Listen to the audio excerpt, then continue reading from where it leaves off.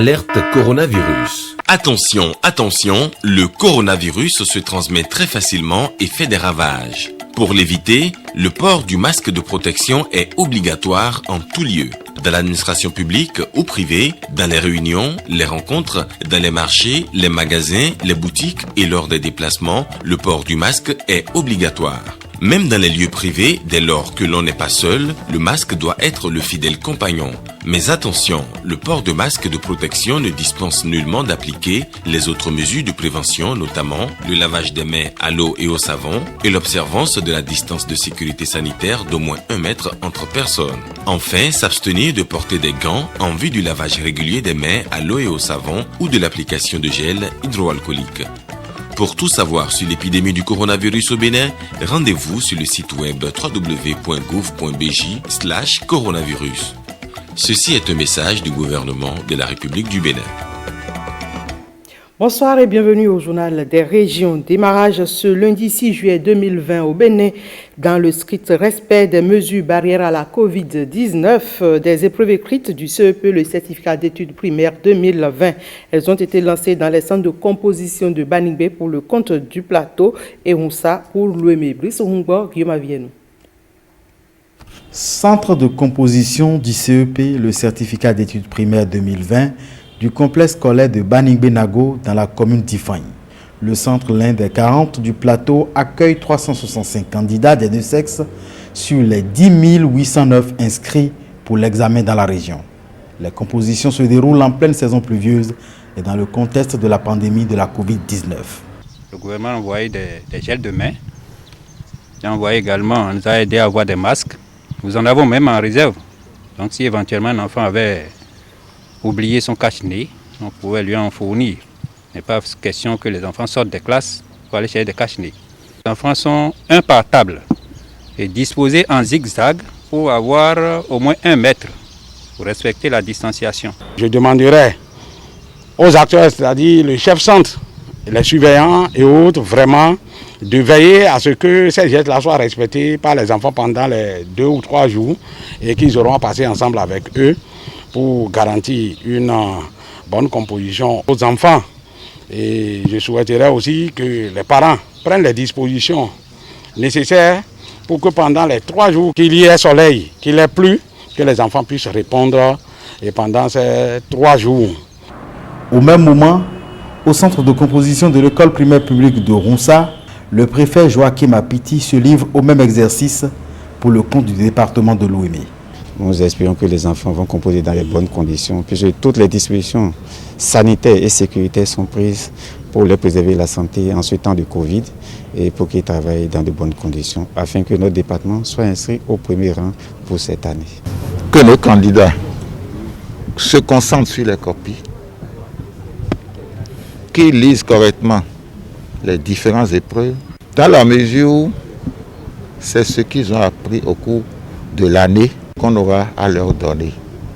34 766 candidats répartis dans 98 centres sont à la quête du CEP dans le département de l'OME. L'examen est considéré comme la porte d'entrée dans les lycées et collèges du pays. À Parakou, le maire de la commune Aboubakar Yaya, accompagné de ses adjoints, est allé doper le moral des candidats qui planchent dans la cité des Kobourou. Et c'est l'école urbaine centre de Parakou qui a servi de cadre pour le lancement officiel des épreuves. Reportage. Ils ont répondu présents à la convocation à eux notifiée dans le cadre des épreuves écrites pour l'obtention de leur premier diplôme académique. Dans un contexte marqué par la pandémie du coronavirus, ces candidats composent aisément tout en respectant les mesures barrières. Bien, ici, nous avons 195 élèves répartis en cette salle de classe. Et nous avons, avec la pandémie en vigueur, nous avons des lave-mains devant chaque classe et des gels hydroalcooliques dans chaque salle. Ce matin, nous avons l'épreuve de lecture. Après une pause de 5 minutes, après nous avons l'épreuve d'expression.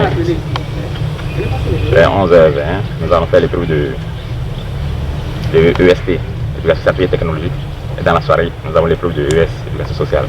Des épreuves à la portée des candidats qui composent dans le respect strict des mesures barrières.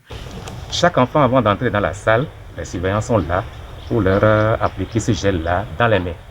Maintenant, si ce n'était pas fait avant leur entrée dans la salle, dès qu'ils sont installés, le surveillant de salle fait le tour de la salle pour passer ce gel hydraulique dans les mains de chaque enfant. Les cache-nez, vous avez constaté que tous les enfants qui sont assis sont munis de leur cache-nez. Et la disposition spatiale, vous avez vu, c'est une disposition spatiale en zigzag, tout ceci pour respecter la distanciation sociale. Ce matin, les enfants, comme vous venez de le constater, ont commencé. Nous leur souhaitons bonne chance.